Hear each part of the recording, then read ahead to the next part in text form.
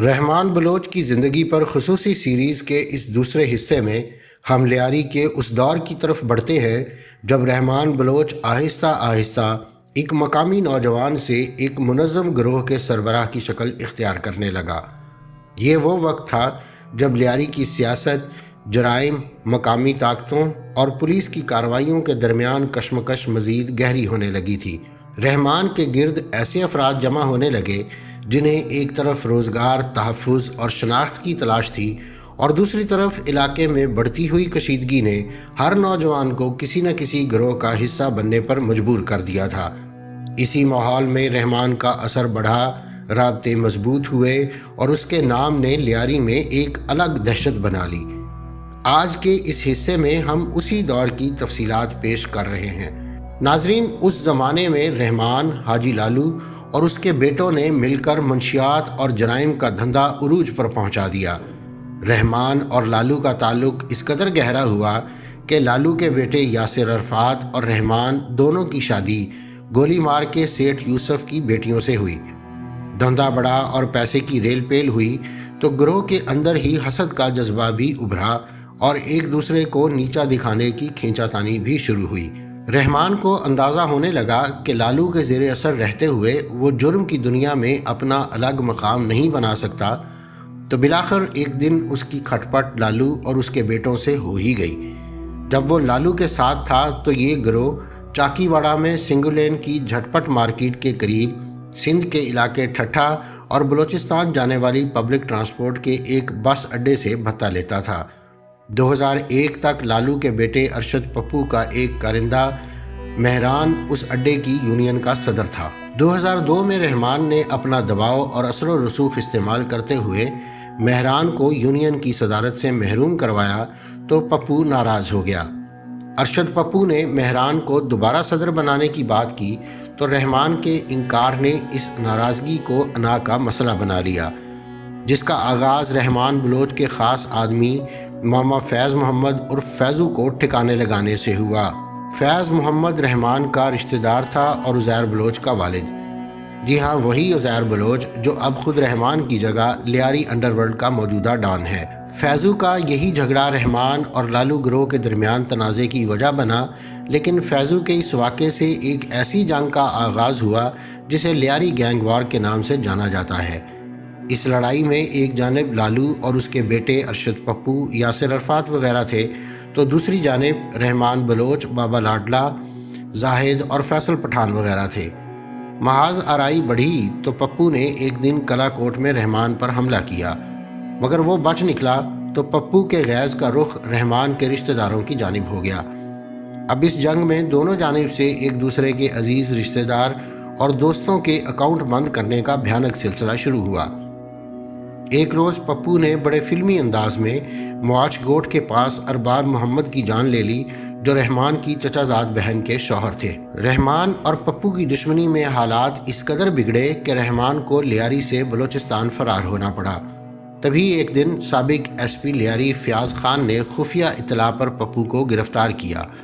پپو کی گرفتاری سے حالات بدلے تو رحمان کو لیاری واپس آنے کا موقع ملا اور اس نے جوابی کارروائیاں شروع کرتے ہوئے چن چن کر مخالفین کو ٹھکانے لگایا۔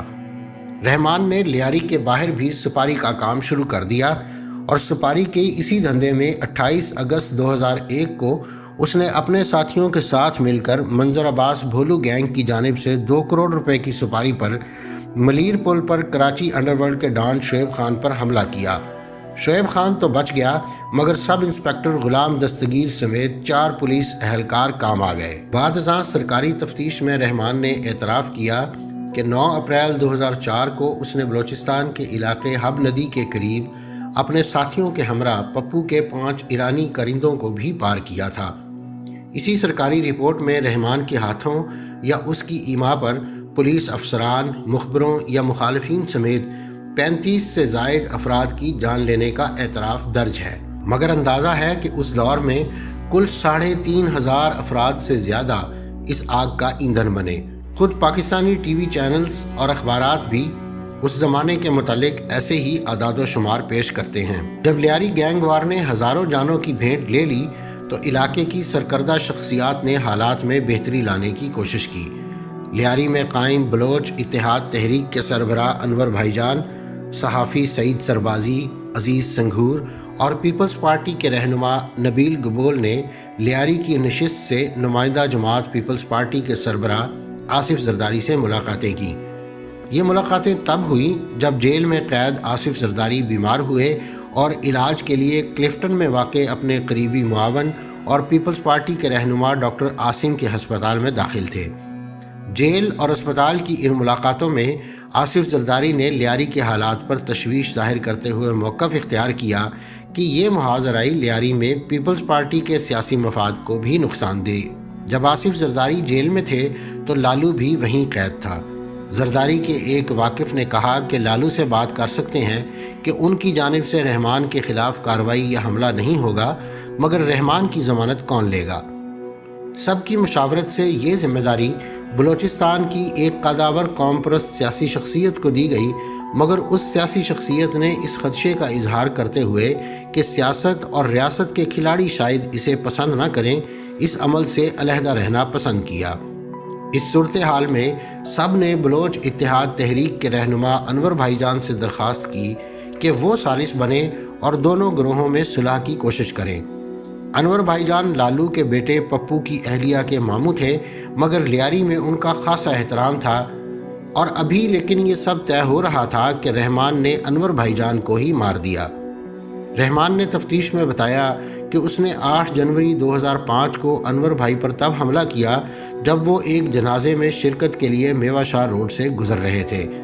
دوران تفتیش رحمان نے مزید بتایا کہ پپو سے رشتہ داری کی بنا پر انور بھائی جان لالو گینگ کی جانب جھکاؤ رکھتے تھے اور ان کی ثالثی غیر جانبدار نہیں تھی، جس سے رحمان کو نقصان اور بدنامی کا سامنا تھا۔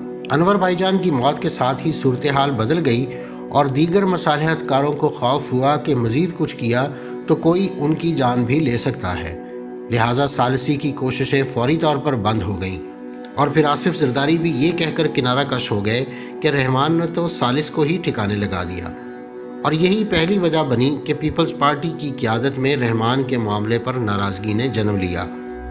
ادھر شہر کی سیاست میں عجیب اتھل پتھل ہو رہی تھی۔ فوجی آمر جنرل مشرف نواز شریف کو برطرف کر کے اقتدار پر قابض ہو چکے تھے، اور الطاف حسین کی متحدہ قومی موومنٹ اقتدار میں ان کے ساتھ شریک تھی۔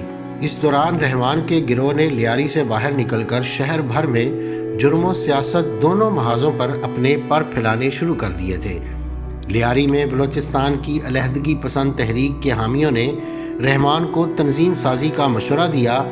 بلوچستان کی طلبہ سیاست سے جڑا ایک شخص زاہد رحمان کو سیاسی اثر و رسوخ بڑھانے کا مشورے دیتا تھا، اور اس کے لیے پیسہ حاصل کرنے کے طریقے بھی اسی نے بتائے۔ اب رحمان کی توجہ بھتے کی جانب ہوئی، اور رحمان کے گروہ نے Malir, Burns road, Jamshed road, Qasimabad اور دیگر علاقوں کا رخ کیا۔ 2008 میں رحمان نے امن کمیٹی کے نام سے تنظیم بنا لی، اور ان علاقوں میں جہاں اردو بولنے والی آبادی کے ساتھ ساتھ بلوچ اقلیت بھی آباد تھی، وہاں بالکل MQM کے تنظیمی ڈھانچے کی طرز پر امن کمیٹی کے بھی یونٹس اور سیکٹرز قائم کر دیے، تنظیمی دفاتر کھولے اور علاقائی ذمہ دار بھی مقرر کیے۔ رحمان نے شہر کی کئی اہم تجارتی علاقوں اور گزرگاہوں کو بھی بھتے کی کمائی کا ذریعہ بنا لیا۔ مثال کے طور پر کراچی کی بندرگاہ سے نکلنے اور کیماڑی سے گزرنے والا ہر کنٹینر رحمان کے نیٹ ورک کو بھتہ دیے بغیر نہیں جا سکتا تھا۔ ان دنوں افغانستان جانے والی نیٹو سپلائی بھی انہی علاقوں سے جاتی تھی، اور یہ سامان لے جانے والا ہر ٹرک کا مالک یا تو پیسے دیتا تھا یا اسے لوٹ لیا جاتا تھا۔ یہی نہیں بلکہ ہب چوکی سے سمگل شدہ ایرانی تیل لانے والی گاڑیاں ہوں، آئل ٹینکرز ہوں، یا بلوچستان جانے والے ماہی گیر اور کراچی کی فشریز کی ہر لانچ، سبھی رحمان کو بھتہ دیتے تھے۔ کراچی کی بندرگاہ جیسے علاقوں اور اداروں میں قائم مزدور انجمنوں یا یونینز کے رہنما رحمان کے اثر و رسوخ کی بنا پر منتخب ہوتے تھے، اور کراچی سے بلوچستان، اندرون سندھ اور دیگر مقامات کو جانے والی ٹرانسپورٹ سروس اور بس مالکان سے بھی بھتہ وصول کیا جاتا تھا۔ یہاں تک کہ مختلف مارکیٹوں کے کاروباری لوگ بھی جو اپنا کاروبار سکون سے چلانے کا تاوان بھتے کے طور پر رحمان کے گینگ کو ادا کرتے تھے۔ اس کے ساتھ ساتھ کمائی کا ایک ذریعہ اور بھی تھا، اور وہ تھا گٹکا۔ رحمان گینگ نے غیر قانونی طور پر گٹکا بنانے والوں کی اکثریت کو لیاری میں کارخانے کھلوا کر دیے رحمان گینگ نے غیر قانونی طور پر گٹکا بنانے والوں کی اکثریت کو لیاری میں کارخانے کھلوا کر دیے اور خود ان سے اس کاروبار کو پولیس سے تحفظ دلوانے کے عوض رقم لینے لگا۔ پھر سمگل کی گئی چھالیوں کا کاروبار ہو یا جوا خانہ، سب غیر قانونی دھندے رحمان کی سرپرستی میں چلنے لگے تو پیسے کی جیسے برسات ہونے لگی۔ ملیر، گلستان جوہر اور سعید آباد جیسے علاقوں میں تو بھتے کی فیلڈ کے لوگ رحمان سے آ ملے۔ یہ بیشتر وہ لوگ تھے جو اس سے پہلے ایم کیو ایم یا پھر ایم کیو ایم حقیقی کے عسکری بازو سے تعلق رکھتے تھے۔ ایم کیو ایم کے بعض ارکان بھتے کے دھندے میں ملوث رہے اور یہ معلوم ہو جانے پر خود ایم کیو ایم کی صوبائی حکومت نے کم از کم 48 ایسے افراد کو گرفتار کر کے ان کے خلاف کارروائی کی اور بعد ازاں ایسے کارکنوں کو پارٹی سے خارج بھی کر دیا۔ رحمان نے لسانی تنظیموں کے مسلح عسکری عناصر کو شعیب خان کی طرح اپنے ساتھ ملایا اور بھتہ جمع کرنے کا کام سمجھایا۔ اس طرح یا تو مخالفین کو ساتھ ملا لیا گیا یا پھر مار بھگایا گیا۔ اگر کوئی چیلنج کرتا تو رحمان کا لیاری گینگ مخالف پر حملہ آور ہو جاتا۔ ایم کیو ایم کی حکومت کی وجہ سے اس کے دھڑے ایم کیو ایم حقیقی کے کارکن زیر عتاب تھے، سو انہیں بھی لیاری میں ہی پناہ ملی۔ پورے کراچی سے دونوں تنظیموں کے عسکری بازو کے سابق ارکان رحمان سے آ ملے۔ ان کی جان بھی محفوظ ہو جاتی تھی اور پیسہ کمانے کا موقع بھی مل جاتا تھا۔ ایم کیو ایم اور حقیقی کا یہ روگ ایلیمنٹ اردو بولنے والے علاقوں سے بھتہ کمانے کے گر رحمان کو سکھاتا اور رحمان کے لوگ انہیں پولیس اور مخالفین سے بچاتے۔ اردو بولنے والے علاقوں میں رحمان کے بلوچ گینگ کے ارکان کو بھتہ نہیں مل سکتا تھا، لہٰذا یہ نئے آ ملنے والے لوگ رحمان کی پشت پناہی پر ان علاقوں سے بھی اس کے لیے بھتہ وصول کرنے لگے۔ ناظرین، اس سیریز کی اگلی قسط میں ہم پیش کریں گے ان حالات کی کہانی جب رحمان بلوچ کا دبدبہ اپنے عروج پر تھا اور کیسے اس نے اپنے نیٹ ورک کو انتہائی مضبوط کر لیا تھا۔ چینل سبسکرائب کر لیں تاکہ اگلی قسط آپ کو فوری مل سکے۔